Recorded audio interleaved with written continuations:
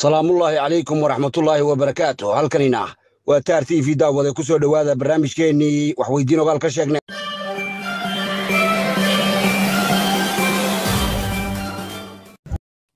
qodobada war iyo wacalan idinka hayna carreede waxaa ugu dooro guddoomiyaha cusub ee ururka midowda afrika oo kula baxsaday bidoodka kenya Donald Trump oo qaaradda Yurub ugu maamahay dhuuso geelmana urtamana baaqato dil labaad oo ka dhacay gudaha ceelka Hargeysa Qadar Xuseen Cabdi iyo Agaasima Muniir oo la isaga carro qaaday fallaagada RSF oo ku shiraysa carro Sawaaxil mucaaradka Soomaaliya oo ka qayriyay qorshaha Xasan Sheekh Maxamuud Masar oo joojisay deeqihii waxbarasho ee ay taaran jirtay Somaliland dajiraha Soomaaliya ee dalka Hindiya oo ka ganacsanaya shirka dadka iyo weliba Uganda oo ku tooqday inay qabsan doonto magaalo ku taala dalka Congo wararkaasi iyo wararka dheeraad ayaan jaahinaya ku soo dhawaada barnaamijkeena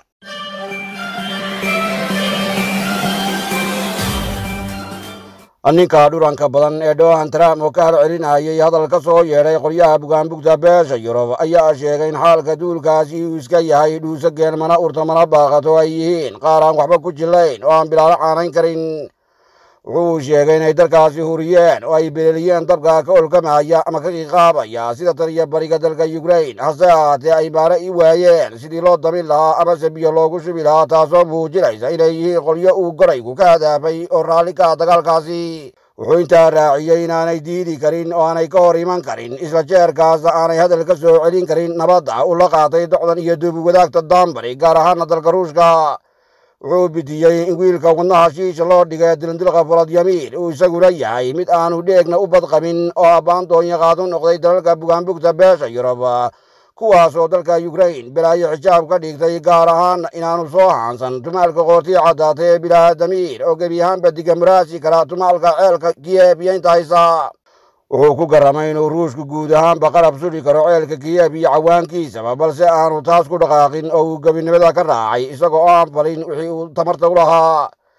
Donald Trump oo hadalkiisa sii budbudinayay ayaa biliixiyey inay dalka Sacuudiga isku arkeen oo ku wada jalbeebteen wasiirada arrimaha dibadda dalalka Ruushka iyo Maraykanka kuwaasoo isla qaatay la soo afbeera duulaanka ka oomaaraya sida taliya duleedada dalka Ukraine isagoo tibaaxay inay ciyoon isgacal walaalsan doonaan tumaalka qoortii caddaatay ee Volodymyr iyo weliba dildilqa Volodymyr bugaanbugta beesha Yurub oo dharaara ka hor isu qoorlaab degdega ku yeelatay ceelka Baariis ayaa si weyn uga weyraaxay inaan gebi ahaanba waxba laga weydiinin oo aan door laga siinin nabadda uu Donald Trump doonayo inuu la qayto dalka Ruushka taasoo ku fool leh dagaalka ka soconaya dalka Ukraine dalalkan ayaa u muuqda inay haatan taagan yihiin gabaahiir iyo goobataal maadaama oo ay gacal iyo xigaalba waayeen islamarkaana ay meel cidlo ciisila ah ku soo dhaceen tiyo ay noqdeen kuwo isku cariyey wiilka micirta la hariiraya ee Volodymyr Donald Trump ayaa gebi ahaanba ka dhabeeyey hadalkii uu horey isula soo jacbeeriyey ee ahaa inuu nabad ku soo celin doono moolada dalka Ukraine isagoo ku doodaya inuu dagaalkii ka dhacay dalkaasi ahaa mid uu soo waldaamiyey duqii wambarka uga horreeyay ee Biden oo uu ku eedeeyey inuu ahaa mid laga inaabsaday oo aan waxba ku wanaagsanayn ama aan aqoonin wixii uu ku dhaqaaqayo haddaynu u kacno qaaradda Afrika iyaguna xogaha nagaga soo garmuusaya gudaha dalka Congo ayaa sheegaya inay majaa iskaga hangagaareen ciidamadii gabool culus ahaa ee ka socday docdan iyo dalka Burundi kuwaasoo lagu soo kubaareeyey amase loogu soo galay boqocdii ay ka ceelhayeen in ka badan 10 kun oo askari oo ka dabshidan jiray bariga dalka Congo ayaa la soo tabinaya inay gahaasitan uga huleeleen isla jeerkaadna ay ka baxeen goobihii ay ku qabsanayeen iyaga oo halkaasna ka sii qaatay wixii xamaamo u taalay iyo dabkii ay siteen dhulka ay colkani dacal baneeyeen ayaa la soo warinaya inay kaabiga soo saareen gaarayacuunta ma 23 kuwaasoo beryahanba u muuqday inay soo qaateen oo ay alamtarana soo dhaafeen iyagoo iska kala riday magaaladii labaad ee dalkaasi ugu weyneed gaar ahaana ceelka ay aminta dheer ku taami jireen ee Goma dheega kale ciidamada dalka Uganda ayaa lagu soo waramaya inay gudaha ugu shalwadeen deegaamada dhaca bariga dalka Congo gaar ahaana magaalada Bunya waxaalaha ayaa tibaaxaya inay magaaladan isku bagdooxeen laba reer oo mid ka mid ah tol yahay duqa la weliya talada heeraha Kampala iyo Yoweri Museveni dalka Congo ayaa u muuqday inuu hadda noqday meel ay ka shaxayaan coliyo inanbaas iyadoo dalalka oo duu kala rogan tahay Rwanda iyo Ugandana laga soo sheegayo inay majaa u direen coliyo ciidan aan yarayn weli wararka Afrika ayaynu dhex qaadaynaa iyaguna xogaa nagaga soo butaacaya carro Sawaaxil ayaa damuunin ayaynu ceelka Nairobi ka furmay suqoolo ablocoso oo ay yeesheen qolyaha isku sheegay inay yihiin mucaaradka dalka Suudaan kuwaasoo uu ka mid yahay ninka ay walaalaha yihiin hogaamiyaha balagada RSF qowlaysatadan ayaa docda ugu andadaahay sidii ay u soo dhisi lahaayeen dowlad cantadab ah oo dalkaasi dibad wareeg ka ahaan doonta taasoo looga golleeyahay in la berbereeriyo xukuumadda haatan dalkaasi ka calanqalaynaysa Cabdifataax al-Burhaan barbarka kale wiilkii ciyoon loo doortay hoggaanka ururka midowda Afrika Maxamuud Cali Yuusuf ayaa gabur culus Sakiin iyo dhalada u saaray inay gacan togaaleeyeen siyaasadda arrimaha gudaha ee dalka Suudaan maadaama oo ceelka Nairobi ay ugu bariid kariyeen qolyaha dalkaasi qaska ka wada ee mucaaradka isku sheegay wuxuu soo jeediyey inay xukuumadda William Ruto faraha ka qaado ay dib uga faagato gebi ahaanba arrimaha ay haatan docodocaynayso ee dalka Suudaan isla jeerkaadna ay dalkeeda ka soo baxraariso qolyahan isu soo jimbaxay ee u ah dhadhoob fadhiga dalka Suudaan ayaa u muuqday inuu yahay mid lagu kala hagaagay oo lagu kala golrooraaday isla markaana lagaga awood batay gaaraayoocunta RSF kuwaasoo hadda dan mooday inay dibanbeer noqdaan haddaynu jeedaalino koonfurta Soomaaliya iyaguna mucaaradka Soomaaliya ayaa sheegay inay si weyn uga dhirbeen hadal ciyoon ka soo baxay madaxweyne Xasan Sheekh Maxamuud kaasoo sheegay inay duulka mucaaradda iyo dhalafalooqoobeen ay u baahan yihiin in la geeyo sida tan iyo firayaasha wax lagu baanto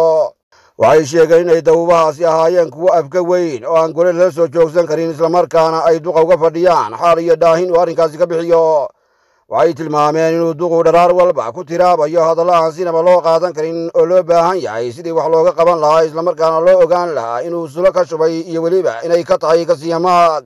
xasan sheekh maxamuud ayaa u muuqday inuu yahay nin galka seebta uga saaray oo gaaleebta ula soo baxay duulka mucaarad la yidhi oo amiin dheer ay isbaareegan jireen haddii laga tegi waayeen ay waayahan bay isu bo'ahayeen xil laga baqa qabo inay soo laabtaan ciidamadii badbaado qaran oo carrada gebagabayn kara amase qaadi kara gurib ay ku miraan xasan sheekh maxamuud weerarkaad nagala socotaan waa taar TV kala dhigi aynu soo dhaafnay agaasimaha guud ee cabuudha madaxtooyada Soomaaliland Muriin Axmed Cigaal ayaa soo taagay xubnuhu u xogtay agaasimaha maamulka goobta sooyaalka qaranka ee afka qaraad lagu dhaho madaxabka qaranka kaasoo ku malgabay wiil dhalinyaro oo lagu magacaabay Ismaaciil Ubax milaygaasi uu agaasimuhu soo xushay xubintan loqoska ah wafdiga madaxweynaha Soomaaliland ayaa ku maqnaa sida tan iyo jaziska midoobe ee Imaaraadka Carabta wafdiga madaxweynaha waxaa ka mid ahaa wasiirka cabuudha madaxtooyada Qadar Xuseen Cabdi kaasoo markii uu soo laabtay gebi ahaan balaalay magacaabista agaasimaha waaxda sooyaalka qaranka wasiirka ayaa sheegay inaanu agaasimuhu awood u lahayn inuu wambarkan cid u magacaabo sidaa awgeedna ay lagama maarmaan tahay inuu arrintaasi iskaga laabto oo uu qabsado howlihiisa kale ee loo xilka saaray arrintaasi waxay soo duduucday inay laba timireed isku tuuraan agaasima Muriin Axmed Cigaal iyo weliba wasiir Qadar Xuseen Cabdi kuwaasoo la soo warinayo in lagu kala jeeday cabuudha madaxtooyada iyaguna wararka naga soo gaaraya magaalada Hargeysa ayaa sheegaya inay ka tooxan tahay ama ay xoog ku leedahay sidoo kalena ay hadda ka heshay suuq cusub bahasha loo yaqaano tooreyda amleyda ama gaaleebta taasoo aan waagii hore jirin ama ka soconaynin sidoo kalena lagu oqonin barxadaha ceelka Hargeysa iyo weliba inta cawaasata tiraba 3 dil ayaa la sheegaya inay ka dhaceen 24 goor sheegada u dambeeyay waxaa maanta isdhaabsaday 2 toorey ama 2 mindiyo 2 nin oo gararata ama warata halka mid ka mid ah qurbaxay kii kalena qiiqle yahay iyada oo lagu dabiibayo firayaasha ceelka Hargeysa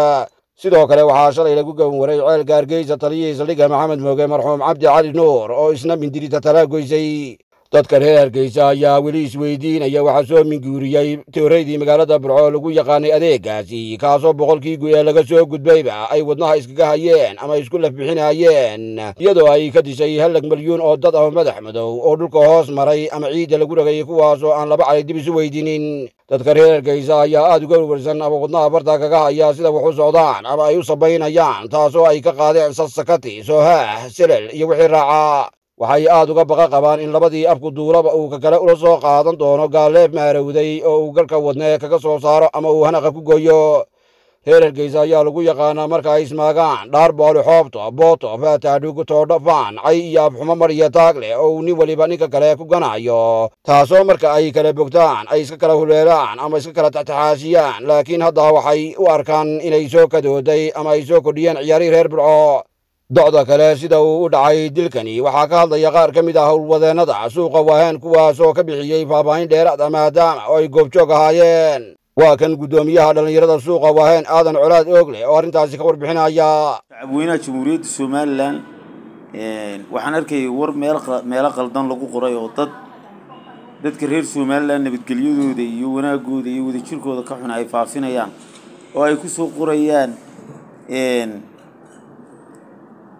qola dishay iyo qola sidan tiri iyo ninba suuqa lagu dilay iyo waxyaabaha ay ku soo qorayaan waa been 40 talaabay noo jirtay meesha falku ka dhacay suuqa waaheen bartankiisana waanu taaganahay 2 nin oo kuwa dhimirka ka xanuunsanaya oo dadkan suuqa ka shaqeysta oo aan marba alaab yar la warwareegi jiray suuqa bartankiisa ayaa Ilaahay isku salliday oo istilay kii markaa wax geystay waanu qabanay mididii baanu ka qaadnay gacanta ciidanka bilayska jamhuuriyadda Soomaaliland baan ku wareejinay kii nabarku ku dhacay dhaawaca culus ahaana rag naga mid ah baa kaxayay oo dhakhtarka weyn ee Hargeysa cisbitaal baa loo qaaday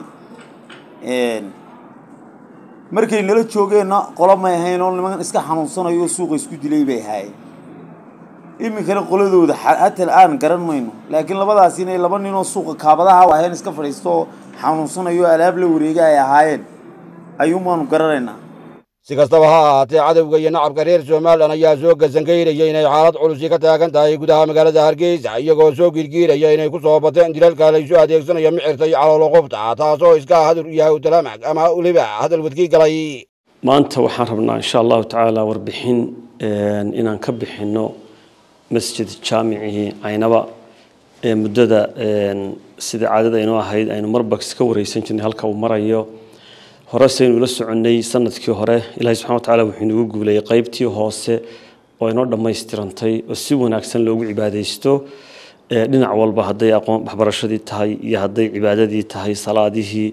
iyo haday quraan akhriskii tahay ma sha Allah qofkii arkay wuu arkay inta kalena way daawatay Ilaahay baan ugu mahad celinaynaa inuu guuleeyay qaybta hore walaalayaal saa ogeydeen waxaan soo dhagax dhignay qaybtii labaad muddo hadda dhowr bilood laga joogo dhagax dhig ayaynu indhaweydba ka hadli jirnay dhagax dhigaas oo inoo hirgalay waxaynu maanta ku xijinaynaa dhagax dhigii kadib fayskii hore qaybta sare fayskeedii hore oo maaragtay qaybteedii koobaad ah oo lagu qiimeeyay qiimo ahaan lacag gaadhaysa $150,000 waa qaybta ay ku jirto macaan shubka sare wax walba ay ku jiraan oo qiimaha lagu qiimeeyay ayaan rabnaa inaan ka warbixino iyo wixii aan u hayno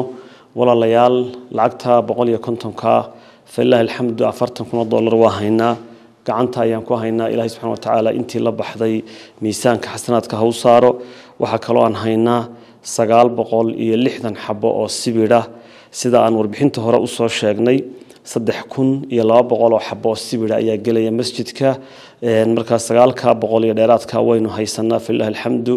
walaalayaal qofkii kaga qayb qaadanaya sibir qofkii kaga qayb qaadanaya materialka kale ee galaya waa u furan tahay ilaahayna waxaan ka baryayaa jalla jalaaluhu sidoo tii hore inagu guuleeyay oo tan inagu guuleeyo marka waxaan uga baxayaa walaalkay Sheekh Maxamed Kaariye oo runtii ah lafdhabartii masjidkan raggii hore uga soo shaqeeyay isaga iyo culimo badan oo hore Ilaahay subhanahu wa ta'ala miisaanka xasanaadka ha u saaro maantana ka qayb qaadanaya walaalaha islaamka meel kasta ay kala joogan u weydiinaya qaybta labaad insha Allah ta'ala ee qorshaha noogu jirta inaanu bilaabi doono gaarsiin doona فليتفضل شيخنا وصلى الله على سيدنا محمد وبالله توفيق. بسم الله الرحمن الرحيم الحمد لله